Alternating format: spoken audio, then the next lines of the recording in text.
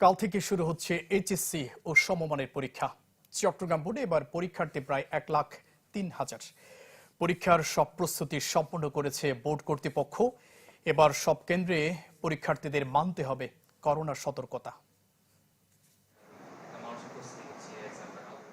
Chittagong Mohsin college থেকে এবারে HSC পরীক্ষায় অংশ নিচ্ছেন আবরার আরিফ মাহিম। পরীক্ষার প্রস্তুতিও ভালোভাবেই শেষ করেছেন বিজ্ঞান বিভাগের এই শিক্ষার্থী। পরীক্ষা নিয়ে তেমন একটা চিন্তিত না হলেও দেশের সামগ্রিক অবস্থা, করোনা ও ডেঙ্গু নিয়ে চিন্তিত এই পরীক্ষার্থী। ভালোভাবেই যেন পুরো পরীক্ষা শেষ হয় সেই প্রত্যাশা তার।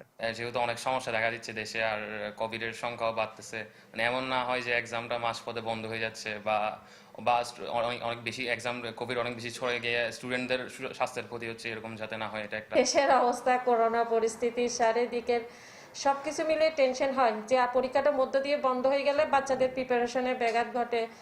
কেবল মাহিমের নয়, একই চিন্তা এবারের পরীক্ষায় অংশ নেওয়া সকলেরই।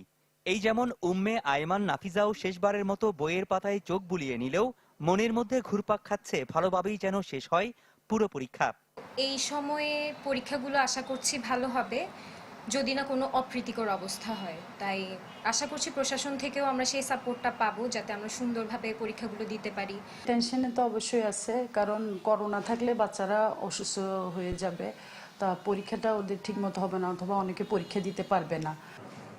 এবারে চট্টগ্রাম শিক্ষা বোর্ড থেকে পরীক্ষায় অংশ নিচ্ছে ৩৬০টি কলেজের ১,০২,৮৬৯ শিক্ষার্থী। বৃহস্পতিবার সকাল 10টা থেকে বাংলা প্রথম পত্র দিয়ে শুরু হচ্ছে পরীক্ষা সুষ্ঠুভাবে সম্পন্ন করতে এরই মধ্যে সব ধরনের প্রস্তুতি শেষ করেছে শিক্ষা বোর্ডও। প্রশ্নপত্র ফাঁস, নকল ও গুজব প্রতিরোধে সব ধরনের উদ্যোগ নিয়েছে বোর্ড কর্মকর্তারা। করোনা সংক্রমণ প্রতিরোধে শিক্ষার্থীদের মাস্ক পরে কেন্দ্রে প্রবেশ এবং ডেঙ্গু প্রতিরোধে পরিষ্কার পরিচ্ছন্নতার উপর কেন্দ্র প্রধানদের নির্দেশনা দেয় বোর্ড। কোনো ছাত্র ছাত্রী পরীক্ষার্থী যাতে করে মাস্ক ছাড়া কেন্দ্রে ঢুকতে না পারে, এটা এনশিওর করবে।